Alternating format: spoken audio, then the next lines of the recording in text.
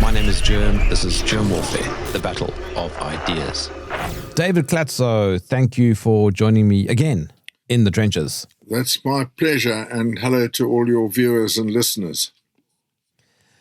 David, universities, let me start off by saying I am a varsity dropout.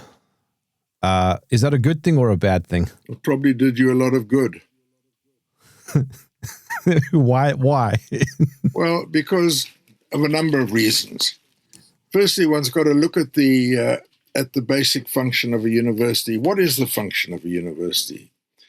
The function is to enable the students to become educated to the highest levels in the cutting edge of education. So that if you in the years gone by, there were two levels in this country. There were the technikons and there were the universities. And the universities themselves claimed a sort of intellectual superiority by virtue of the fact that they were busy doing research. There was very little research done at the technikons. It was mainly training exercises. Whereas a university, the theory goes that the university was, in fact, doing cutting-edge research, and that cutting-edge research would trickle down so that the students would get the benefit of it and be up to speed by the time they left. Well, that's great in theory, but the truth of the matter is that even in my day, which is now 50 years ago, the professors who lectured to us, with very few exceptions, lectured from notes which they'd prepared 30 years before. And in some instances, they lectured from standard textbooks, and they lectured from, in a very boring way, in which they simply gave you material to regurgitate. There was very little true education. And as I say, Felix Seber, who lectured chemistry to us, lectured from notes which must have been prepared when photocopying was in its infancy. So that is the immediate counter to the theory that they're lecturing cutting-edge stuff to you. Even in my honors year, which is closer to the cutting-edge stuff than undergraduate level, I'm afraid that it was not a lot better. There were some that were, and even in my PhD level, when I was there, I got very little from my supervisor. In fact, nothing I got from my supervisor. That PhD was done as a solo project with the help of a very fine immunologist in Natal called Gerard Voss. Hang on, David, I just want to clarify something. So you and I are both South African, but you live in the UK. Are you referring to South African universities or also in the UK? No, you'll find as we go down the line, you'll see that this is a trend that is growing everywhere. And it is a trend which is problematic. Now, let's turn to the issue of research and research papers. The lifeblood of universities is research papers because they get a subsidy from the government for every research paper that is published. And so the pressure is on everybody who lectures at a university to publish. And when I first got to WITS as a lecturer, I'd been there about a year. The lecturing load was high. Preparation for lectures on an incoming basis was considerable. But at the end of the first year, I got a message from the dean, a fellow called Peter Tyson, to say that he noticed that I hadn't published anything that year. So I said, well, yeah, that's the way it is. I mean, I'm busy preparing. I don't have funds, and there were no easily available funds at the time. So I left it at that, and a year later, I got the same message. And when that happened in the third year, I said to Tyson that I found this intolerable. And I left the university, and that's one of the reasons that I left the university. And the whole point about that is that the pressure is such on university academics to produce papers that there is no doubt in my mind that some of them will cheat in that progress. in that process. And that cheating is very dangerous because it sullies the waters of academic research. And in doing so, it makes it worse for everybody else. And I watched my colleagues at university publish material which I would never consider publishing. But it counted to give them academic tenure, and that's where the whole thing goes wrong. Now, I made this comment a few years ago when I was ill-advisedly invited to attend an academic meeting of the University of Cape Town's Ethics Committee. And at the end of the committee, I said, you people all speak very highly about your ethical standards, but how many of you have not cheated a little bit in order to get a paper out, either by dividing the paper up into several units so that you get 3 or 4 units? It's called the least publishable unit, as opposed to publishing one decent paper.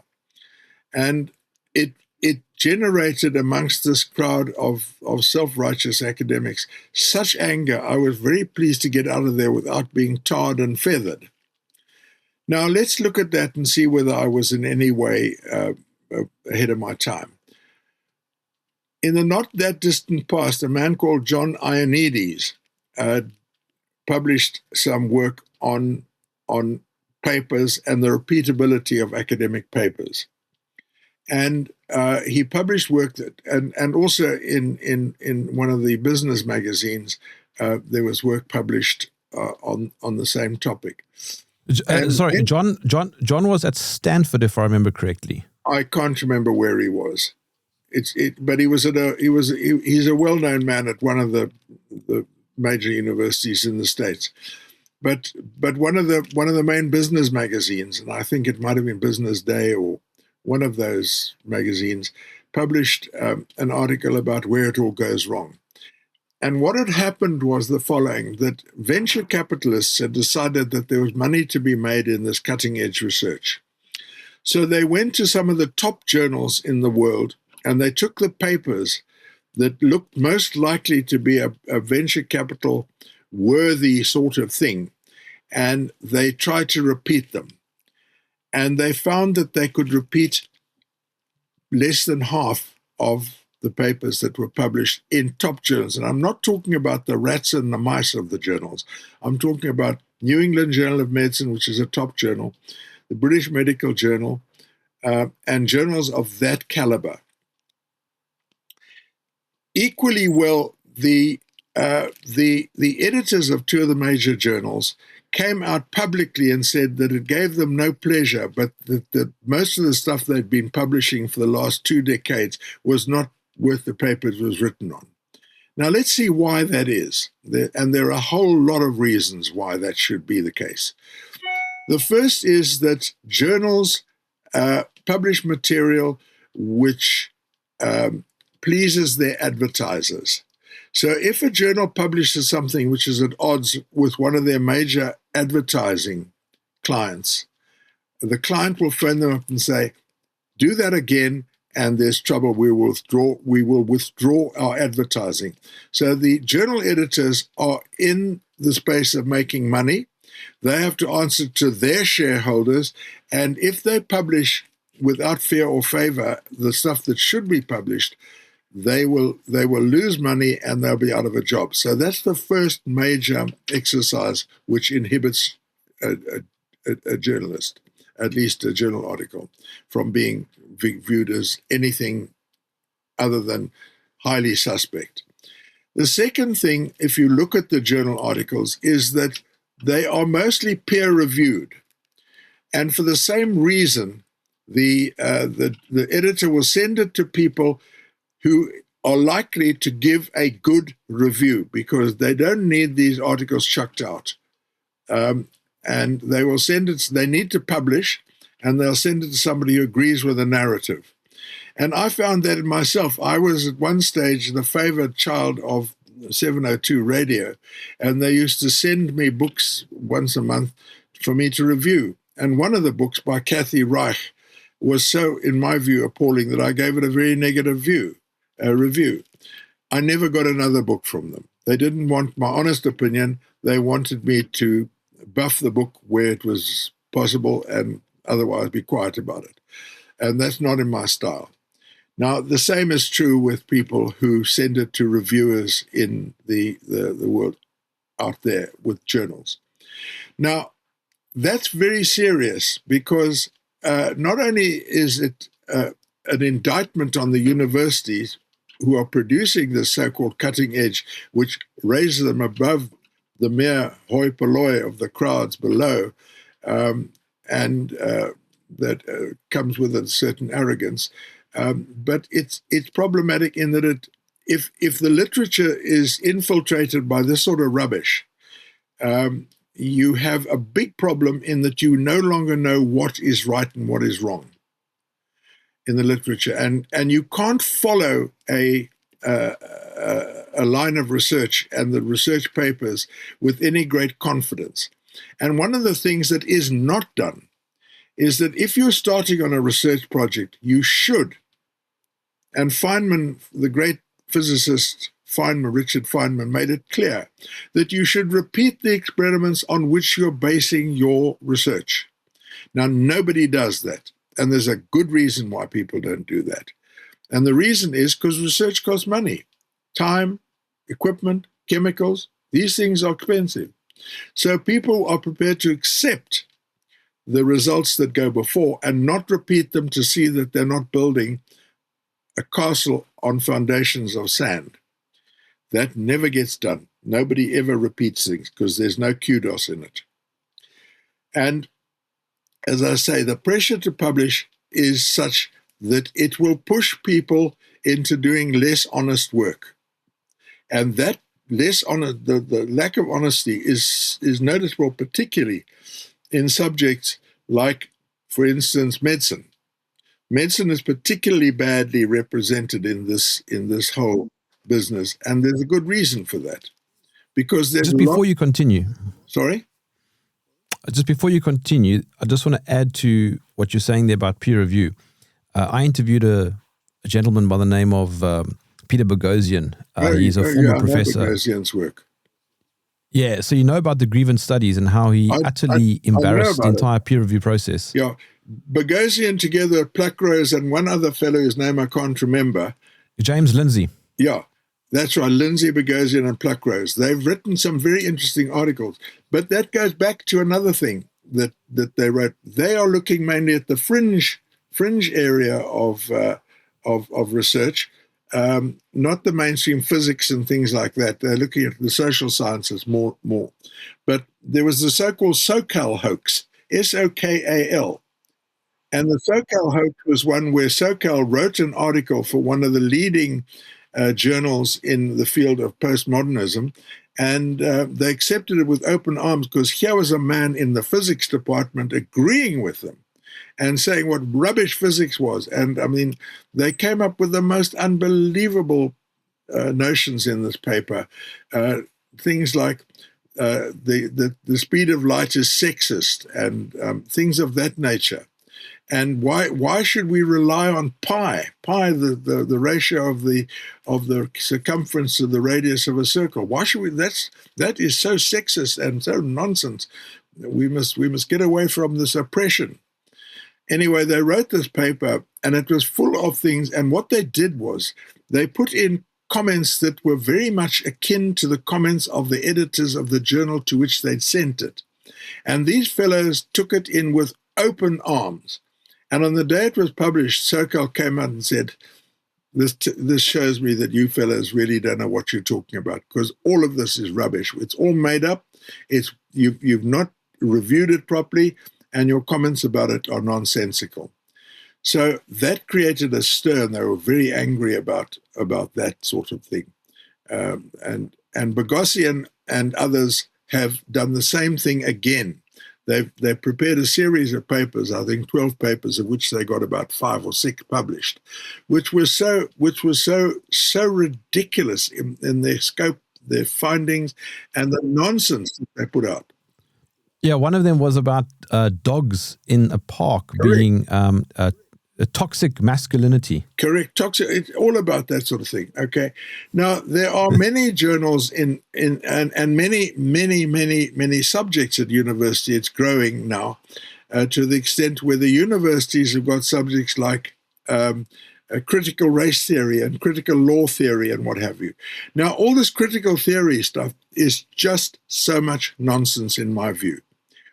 The fact is that you can't rewrite the history in terms of the critical theory.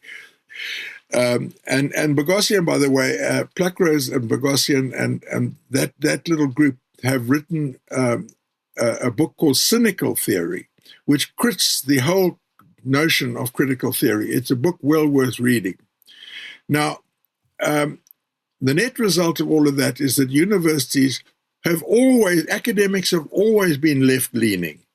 But by and large in the sciences, that left-leaning orientation played very little role. But in the arts and the other faculties, politics and what have you, it played a very significant role. But when I was forced to do politics as an arts course at Wits, Alf Stadler lectured politics to me many years ago. And what he did was he gave us the various different types of political structure and the pros and the cons, but he never imposed a worldview on us. We didn't know what his view was. We could write anything we like and it was acceptable. Those things have changed at universities. And universities have become hotbeds of political correctness now.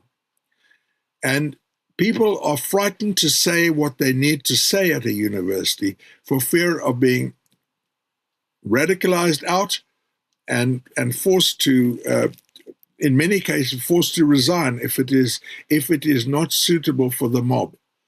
And the universities, to some extent, have been ruled by the mob. I mean, you only have to cast your mind back a couple of years to the University of Cape Town and Wits, where mob rule took over and academics were assaulted, prevented from reaching their rooms, prevented from lecturing.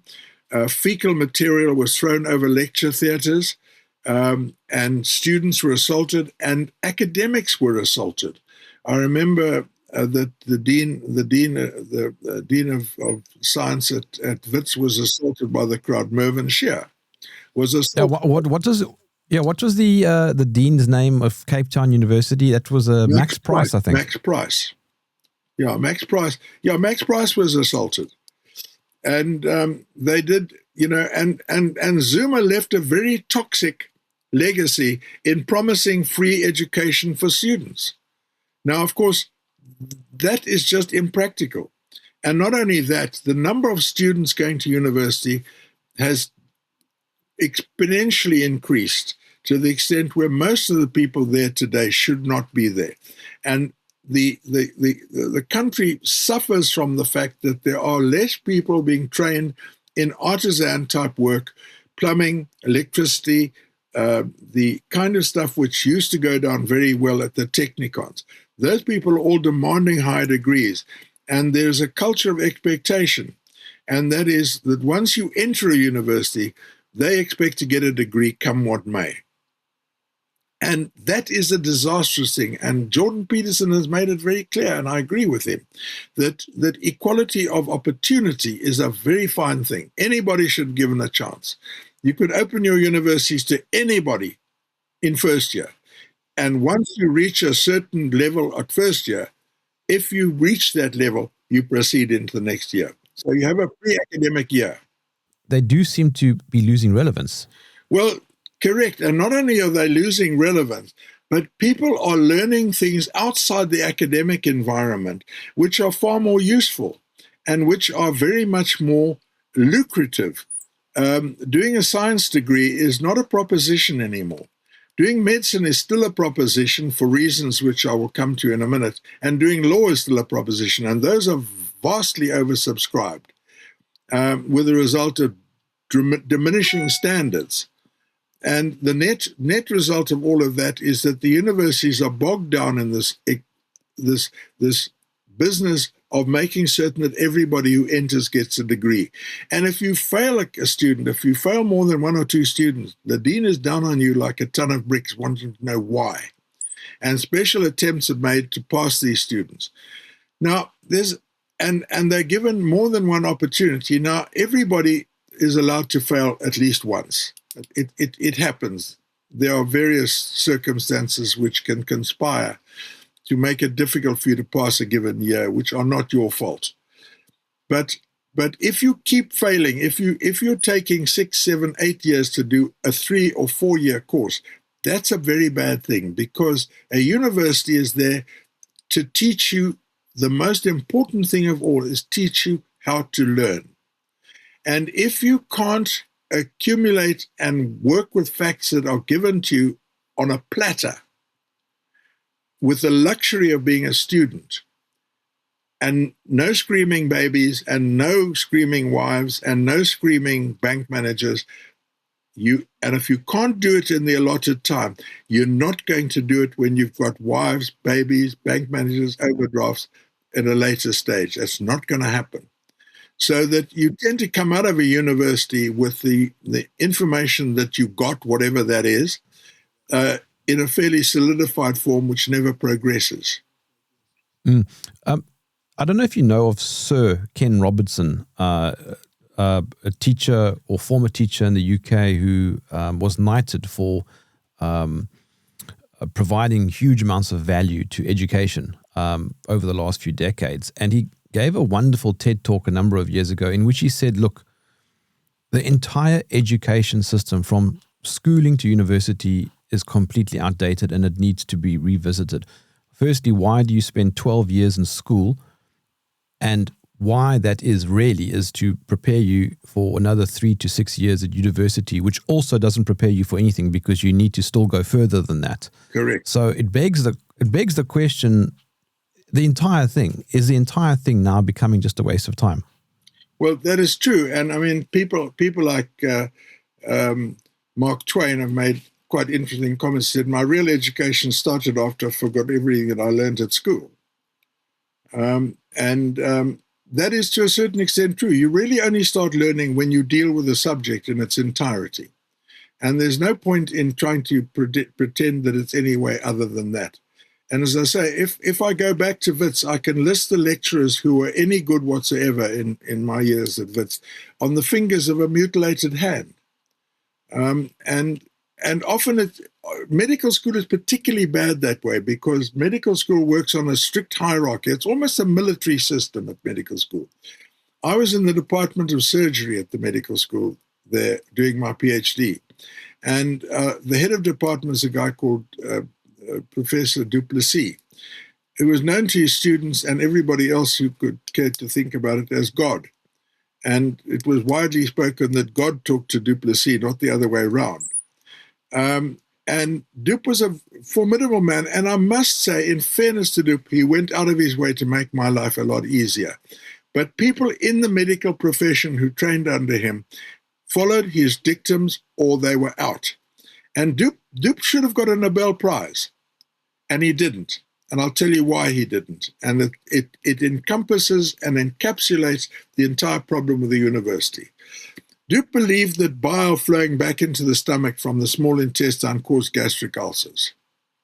And the net result was that Dup would do an operation, all his surgeons were trained to do an operation where they would virtually eviscerate you. They would cut out part of your stomach. They would then attach the remaining rump of the stomach to the bowel. Because the bowel wasn't functioning properly, they would cut the vagus nerve, which enabled the valve at the bottom to open. And they created 2 or 3 generations of gastric cripples. And Dup would hear nothing else. If you'd suggested that Dup might be wrong in the department, it would be your last day in the department. You would have gone from being a surgeon to a floor scrubber. The net result of all of that was that a couple of Australians looked at the bottom of the ulcer pits, and Dup used to look at this. He had a vast slide cabinet where he used to look at all these ulcer pits that he excised from these poor patients. These characters in Australia looked at it and they found a squiggly thing at the bottom. And they asked themselves the next question, what is that squiggly thing? And to cut a long story short, they were the discoverers of a bacterium called Helicobacter pylori. And far from having half your guts cut out to treat a disease which made the condition far worse, apart from that, today, if you've got a gastric ulcer and it's properly diagnosed, you can treat it by using a handful of antibiotics and an acid inhibitor. And it will... Or just changing your diet. Sorry? Or changing your diet. Not so much changing your diet, but changing your diet does help. And changing your lifestyle helps. But they won a Nobel Prize for it. And that was, had Dupe looked in the bottom of the pit and asked the question instead of being enamored with his own infallibility, he would have won the Nobel Prize. And it's a great pity because Dupe was in many ways, he was the finest administrator I've ever come across. But that's the story anyway. Now, the other thing that we've got to look at is the following, and that is the effect of outside influences on research, particularly medical research. If you think that the drugs that you are taking are for your benefit, you are sorely mistaken. Many, many, many of them are for the benefit of the drug company and nobody else. And once you put on these drugs, it's a life sentence. And I'm thinking particularly about a drug like statins. There's growing information that statins do nothing, that cholesterol is not the problem in heart disease. I'm quite good friends with Tim Noakes, who's been on my podcast a number of times, and I think you do know Tim also. I do know Tim, and I'm going to talk about Tim just now. Tim is quite adamant about, Tim and I are on the same page about statins. And the whole point about it is that statins are there for the benefit of the drug company. It is probably the most valuable drug ever made, that and antidepressants. And the point about statins is that statins have been around for about 30 years. And if they were that effective, we should see a rapid drop off in cardiovascular disease, which we do not see. But we are seeing in medicine today a rise in the mentally degenerative diseases, Alzheimer's and diseases of that nature. Those are on the way up. And one of the reasons I believe is that statins interfere with cholesterol metabolism, and the cholesterol is vital. Your brain is 25% cholesterol. Your nerve tissue is mostly cholesterol, a large amount of cholesterol. The sex hormones are mainly cholesterol derived. Some of the vital components in your biochemical pathways inside the body derive from the same precursors as cholesterol. So if you think your Porsche is going to run better as an analogy, by the way, if you think your Porsche is going to run better and the noise in the gearbox is going to be improved by chucking a handful of sand into the gearbox, I think you ought to revisit that and think again. And simply blocking cholesterol synthesis is very bad. But the journals will not back off it. They simply will not back off that for the simple reason that there's money to be made. The drug companies will not back off it. There's money to be made. Going back to 2020, I was engaged in a number of emails with various doctors and scientists around the country around the whole COVID thing, because at that stage, like all of us, we were trying to figure out what was going on. And in front of me, I've actually got the email still from a certain professor at Wits Medical School in Johannesburg. Now, I don't want to mention his name in case he listens to this and he gets a bit upset. But what was he professor of? He was at the medical faculty. Okay, I think I know who you're talking about. Was he professor of virology? Yes. Okay, I know exactly who it is. And I was involved in a series of emails with him. He was actually one of the advisors to the president at the time. Suffice to say, most of my income comes from the NIH, USAID, UniAid, Gates Foundation, and the South African MRC. Okay. Now, I know exactly who that is. I don't have a great deal of time for him. I've crossed swords in the past, but be that as it may. Now, the whole problem about that is that everybody, you see, you follow a narrative that is set down for you. You're not trained to think at a university, or very few people are. And that's a very bad thing. And another thing that has happened is universities have become safe spaces. You dare not you dare not say something which is out of line with the current postmodern narrative, because it's a safe space and you might trigger somebody into feeling awful. I mean, a history lecturer was mentioning the word slaves, and some kid got up screaming and shouting, and she was triggered, had to be taken off and treated for whatever you treat people like that for. And this is ridiculous. A university is by definition not a safe space. It should not be a place where any ideology is taught. You can teach about an ideology, but you can't teach ideological work. And that has been proven to be the case over as long as I can remember. I mean, the Catholic Church stepped in and prevented Galileo from his observations, and it's taken them until in the late 60s to admit that Galileo was right. Now, how is that for a slowness in coming to the party? Within our own last century, doctors, on the recommendation of the medical industry, recommended smoking for a few decades. Yes, I know. Okay, and even worse than that, Ansel Keys was tasked by the powers that be in the grain industry to demonize eating meat and butter and eggs. And they went on to grain-based products, which has caused a number of things. Namely, the obesity has skyrocketed in the United States, and here as well. The whole food pyramid that we used to be taught when I was in Standard 6, in Standard 5, that's been turned on its head. You no longer are urged to eat meat and cheese and vegetables, at least, and eggs, which are very good for you. And a keto diet, and Tim Noakes will tell you, a keto diet is the finest way to avoid degeneration of the arteries. And of course, Tim Noakes was demonized and vilified by his colleagues at the medical school. But he was hauled up for a protracted period before the Medical and Dental Council. And they never, ever, ever disclosed the fact that some of their sponsors were people in the sugar industry. And Tim is, of course, very anti-sugar. And he's quite right. Sugar is probably a very bad thing for your arteries. But certainly eggs, you can go on a 100% egg diet and it won't change your cholesterol. Now, that is contrary to the teaching of doctors over the last 40 years. And this whole business of statins and the use of statins is a crazy thing, and people need to look at it. The other thing about it is that if you are running a drug company and you persuade a professor to write a paper showing, a leading professor, to write a paper showing that cholesterol levels of 30% lower than there are at the moment is the good thing, the place to go as a result of some spurious statistics, then of course you are in the pound seat, because if that's no longer medicine, that's marketing, because you'll suddenly produce another couple of million patients who are put on statins. The same is true of antidepressants.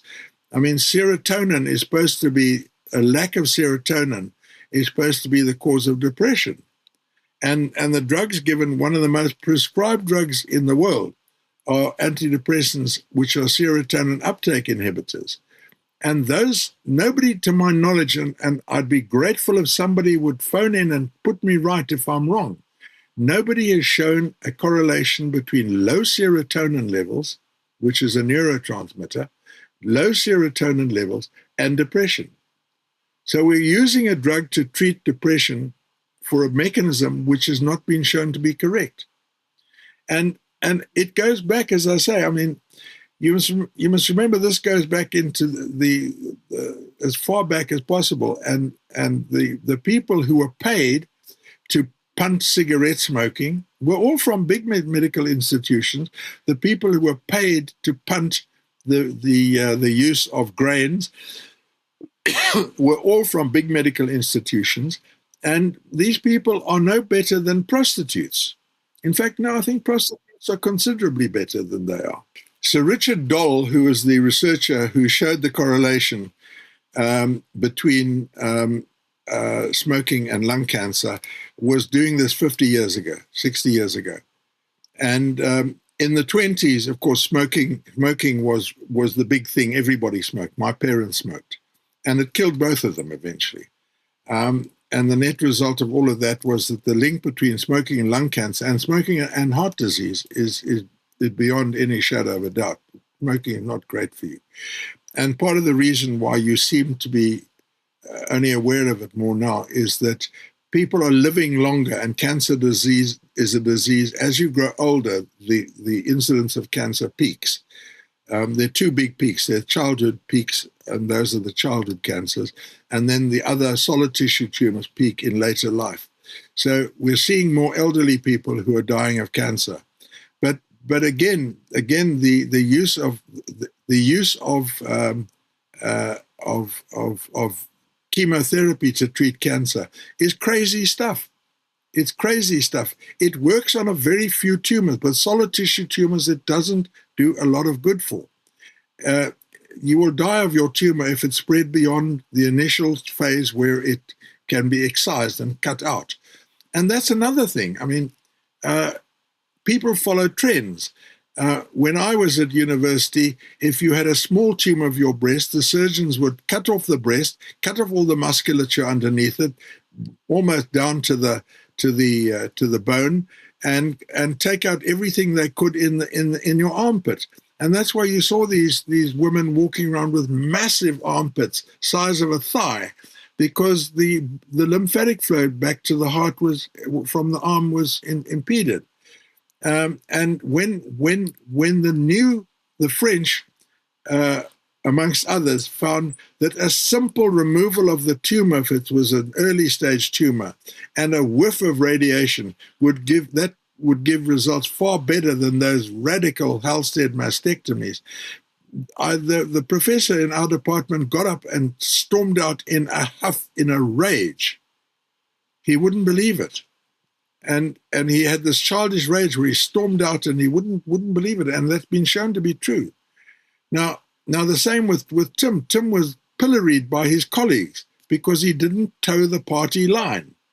And that, I'm afraid, is a danger. And you can't let you can't let external influences influence your scientific research. And we've known that forever and a day. I mean, Galileo knew that. He couldn't. The Catholic Church tried to stop him. It didn't work. More recently, in the 20s, there was a man called Trofim Lysenko, who thought he could get better yields from wheat grain, and that suited the Marxist narrative. So he was made in charge of all agricultural research in Russia. Under the guy, if you disagreed with Lysenko, it was the quickest way you could get into a gulag. So the net result of all of that was that they produced years of famine in Russia until Stalin died and Lysenko was deposed from his position, which is a very powerful position. Is it by design or emergence, or is it a combination? It's a combination of people not being taught to think and not being encouraged to think. And people, we are pack animals. And if you don't join the pack, you are pilloried. There's nothing more dangerous than speaking truth to powerful men who believe different. No, but why does the pack go in the direction that seems to be wrong almost every time? Follow the money. Follow the money. Follow the money with statins. Follow the money with the antidepressants. Follow the money with the issue with the cornstarch and corn flour and corn products in America. Now, I won't eat a chop unless it's got a nice thick piece of fat on the one edge. It's and same with a fatty piece of beef with marbled fat in it is most delicious.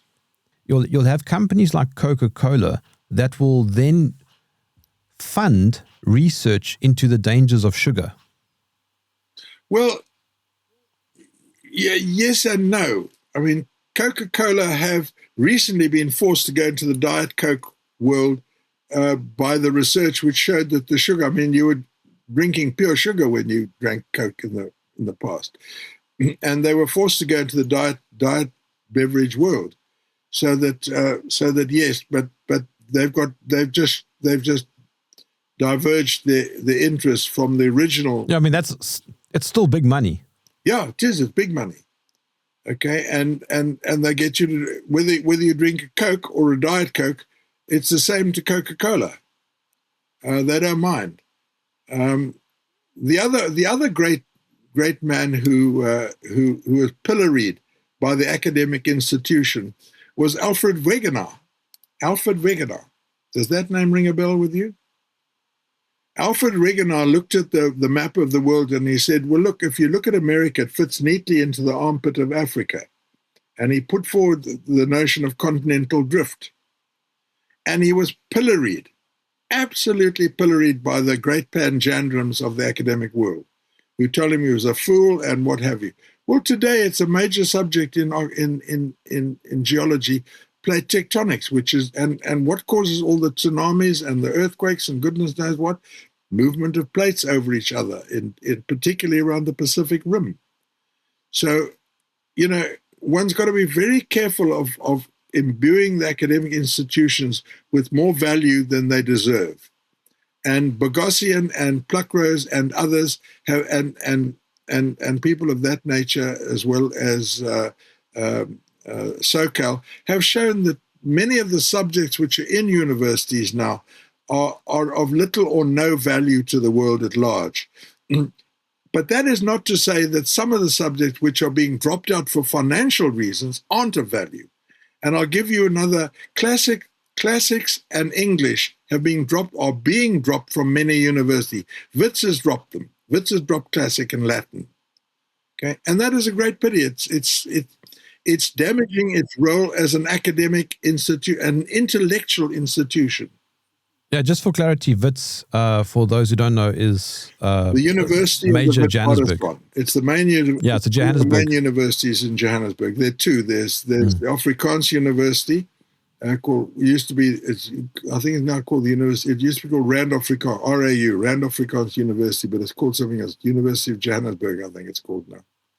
And there was the Witwatersrand University, which was the Rand Afrikaans was not there in the day that I was at university. There was only Witwatersrand University and University of Pretoria, and of course University of Potchefstroom. But they all had different ideological aspects to them, and they all have the same issue in the kind of people that they put out. David, you said earlier that most universities everywhere, I suppose when you say everywhere, we're talking about the West, right? We're talking about most. I don't know anything about Eastern universities. All right, I'm talking about Western universities. Yeah, so you're saying most have been quote unquote left leaning. Why? I don't know entirely. I think I don't know. I've got to try and understand why that is. But they have been left leaning generally. The only university in South Africa that I can think of that were right leaning were Potch, University of Pretoria, and Stellenbosch at one stage. Stellenbosch, of course, has resurrected itself and is probably one of the better universities in South Africa at the moment. But the university overseas have always been left leaning, and even now, I mean, if you look at the scandal that's going on at the moment over a professor at Cambridge who's lied about his qualifications, about his achievements, I mean, he ran a marathon when he was one-legged and half dead, and God knows what else. I mean, there's a whole spate of information coming out about that, and there's this business of what I like to call DIE, diversity, inclusion, and in what's the E part? I forget the E part. Equity, diversion, equity, and inclusion. Yeah, you choose from the widest possible pool that you can. You don't put ideological limits on what the pool size is that you call from, because your way of getting the most excellent of everybody is to get everybody to compete on the same level. Not say, oh, shame, you're a woman, you're going to get special treatment. And also, by the way, the same with letting students into UCT. You don't say, oh, shame, we're going to let you in because you're disadvantaged. We will do our best to improve that disadvantageousness that you've suffered, and we will do our best to remedy that before you get to university. But once you get into the university, you play by the same rules. And it's the same. And if I can use an analogy, you're not going to strengthen the Springbok rugby team by carrying the disadvantaged people across the field.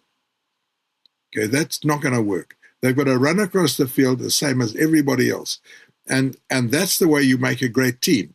Choose from the best that you can, go down to the township levels and improve the levels of availability there, and do what you can to make sure that the pool that you're able to choose from is the best possible pool, but not on ideological grounds. You never choose anything on ideological grounds.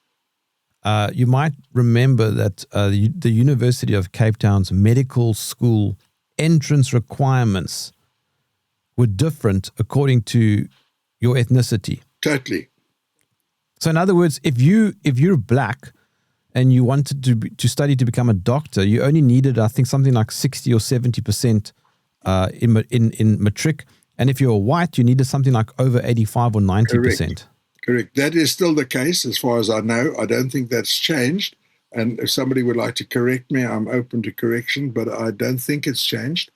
But certainly that is the case. There were ideological and other influences which determine who should get in or not. And as I say, that would be solved if you have a vast pool of these kids doing a pre-university course, and then you select the best that are available, irrespective from that university course. And again, the problem with that is that there are some black schools that are being marginalized because of poor government policies. But there are some of those schools that are producing the most phenomenal students, and it's possible to do that. And that's where you want to start. You want to start. University is not there to work on the failings of the primary education department. It's not there to do that. It's there to produce excellence, and it's not doing that. Let's have a look at UCT. UCT has indulged in an anti-Israel campaign, which is phenomenal. And the net result of that is that some of their donors have taken tens of thousands of millions of rand away from the university. Now, who thinks that that's going to benefit the students? It's not going to benefit them. It means that there's less money for research, less money for topping up academic structure. And by the way, at UCT, up until a while ago, I've had it from a reliable inside source, that black academics were paid and over and above what a white academic with the same graduation, same qualification, same experience would get. That's wrong. That's wrong. It's a different kind of apartheid. You should not be doing things according to skin color. You should be. And I was listening to Frans Cronje saying that the number of graduates has increased. I would like somebody to ask Frans Cronje, and maybe I would like to ask him, whether the standard has increased. The number that you're putting out is one metric. But what about the standard of somebody you're putting out? I mean, it doesn't help you to put out a student who has not done any anatomy. And by the way, that's something else which has been largely dropped from the medical curriculum. In my years, when Wits Medical School was going hell for leather in the 50s and 60s, the students needed 1,000 contact hours of anatomy, 1,000 contact hours. It's been dropped down to about 150. I've just looked up UCT's medical admission policy, and it says here, if you are a white South African student aiming for medicine at UCT, you need to score roughly 60 points higher on the same scale than a black student to get the same seat. Not a good idea. You see, the problem with that is that there's no longer equality of opportunity. It's bolstering the opportunity of a disadvantaged group, which you could do by a more honest method. I mean, what is undoubtedly true is that their opportunities are incredibly worse, far worse than a kid who's gone to Bishop's or Rodine or any one of those schools, or St. Andrews. Those schools have got an advantage over the kid in a township school. So I would say let those kids in the township school in, have staff available to coach them and help them, but don't push them into the mainstream course and then push them through. And quite often that's happening in a strange way. I mean, I know for a fact in the math department a little while ago that you got marks towards your end of year exam by merely attending the tutorials. So if you attended, you got marks. Now that used not to be the case. You wouldn't get a due performance if you didn't attend them, but you didn't get marks if you did attend them. So, it's crazy. Crazy stuff. So what's the moral of the story then, David? I think the moral of the story is that we've got to go back to what really counts. And in the same line and continuing the vein that I went into with the Helderberg, which we spoke about last week, the ultimate thing is to find the truth. It doesn't help you to produce a set of graduates who don't understand the truth and who don't understand that they've got to continue learning, because your learning starts when you leave the university. You can take that as a basis, and 50% or more of what you learn at university by the time you get out is wrong. So how are you going to remedy that? By inculcating a culture of learning into these students, and that is not done. It's regurgitation, and it is quite the wrong kind of way to train tertiary level students in getting to the road. And by the way, you don't help the student by easing out the bumps in the road, because they're going to get out of university and find that the bumps in the road are still there. So you've got to educate the people at university in a way that enables them to counter the vicissitudes of life, and that is not being done.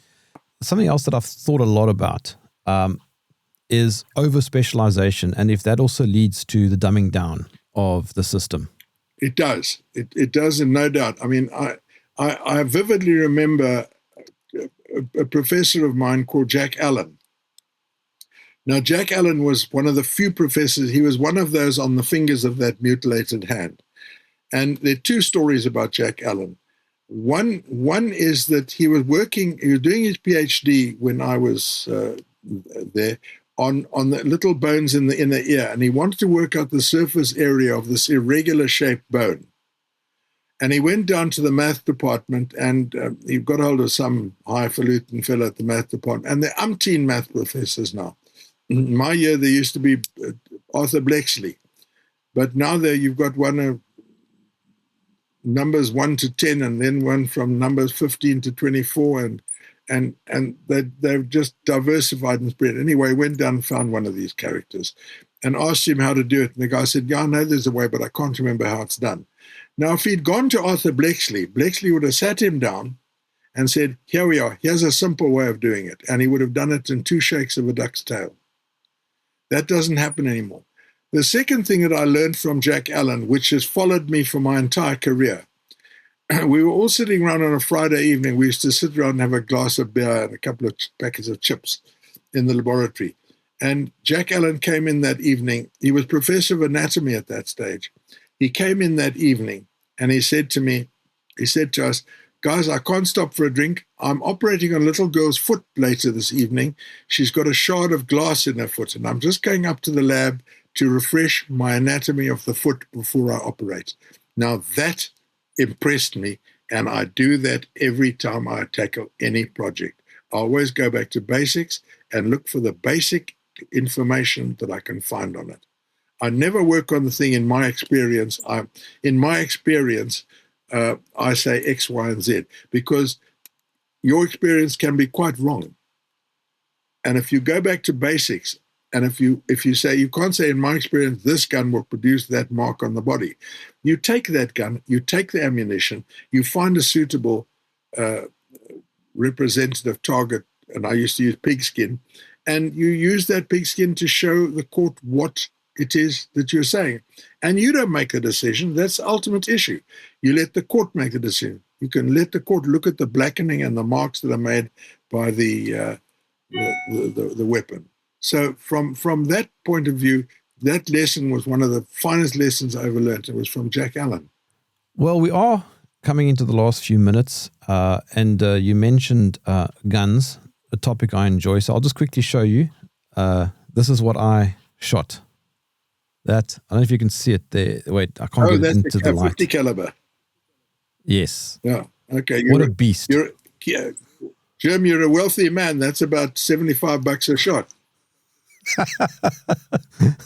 I was sponsored it, the shot, and I think I shot at about, somewhere between 500 meters and a kilometer. That is an incredible gun, BMG. Yeah, you don't want to go shooting springbok with that because you'll end up with springbok mints. You won't even end up with the mints. It'll be nothing. Yeah, no. I mean, that thing is designed to take down vehicles. Yeah, well, yes and no, but it's certainly designed for it's a weapon that is used in aerial warfare to a large extent. Although during the war, by the way, the Spitfire and the Hurricane mainly used, before they went on to 20 millimeter cannons, they used 303 cartridges. Such a big caliber, and it had very little recoil. Oh, that's the coffee cup. Yeah, the coffee cup on the table next to me, however, disappeared. It got blown off the table. Okay. Well, I used to have a 375 H&H Magnum when I was in South Africa. Ooh, that's pretty big. It was the biggest, the smallest caliber that you could reliably tackle dangerous game with. And I didn't. You can take down a giraffe with that, I think. You can take down a buffalo with that. I wouldn't advise. Even an elephant. Yeah. Even an elephant. Yeah. Well, more animals, more big game have been shot with the 303 than any other caliber put together in South Africa. But it's not a good idea if it's coming towards you at a rate of knots. You want something a little more substantial. Well, actually, just quickly before we go, you don't really want to shoot wild cats. No. They will most likely kill you. No. In fact, if anybody goes hunting wildcats, I'm on the side of the wildcat. It's incredibly dangerous. And I've seen some videos. Every now and again, somebody gets gored by a buffalo, and I'm thrilled for the buffalo. Yeah, I mean, there are some animals you just shouldn't shoot. No, and leopards, you should not be shooting them. If a leopard kills somebody, bully for you, leopard. Yeah, but by the way, if you do try and hunt a leopard or a lion, they most likely will kill you. Good. They attack. Yeah, no. I don't know much about the law of hunting, but if a small animal like a springbok or a blesbok or something of that nature, if you're going to turn it into biltong and you do that, I've got no problem with that. I don't like the hypocrites who have a steak sandwich from the butcher and turn up their noses at a piece of biltong from a springbok. By the way, you're in the UK. Biltong is South African, and you just cannot match biltong. No, you can't. Anyway. You can buy it here. You can buy it here. There are a number of South Africans who are making, and boerewors. There's South African stores popping up all over the place. But the boerewors here is not the same as the boerewors you get back home. A boerie roll here is not the same as a boerie roll there. I'm going to go have some biltong now. Just quickly before we go, your contact details, David. The easiest place to get me is on my email, which is David Klatzow, Klatzow, all in one word, 48 numerical, @gmail.com. David Klatzow, 48 @gmail.com. That'll get me day and night.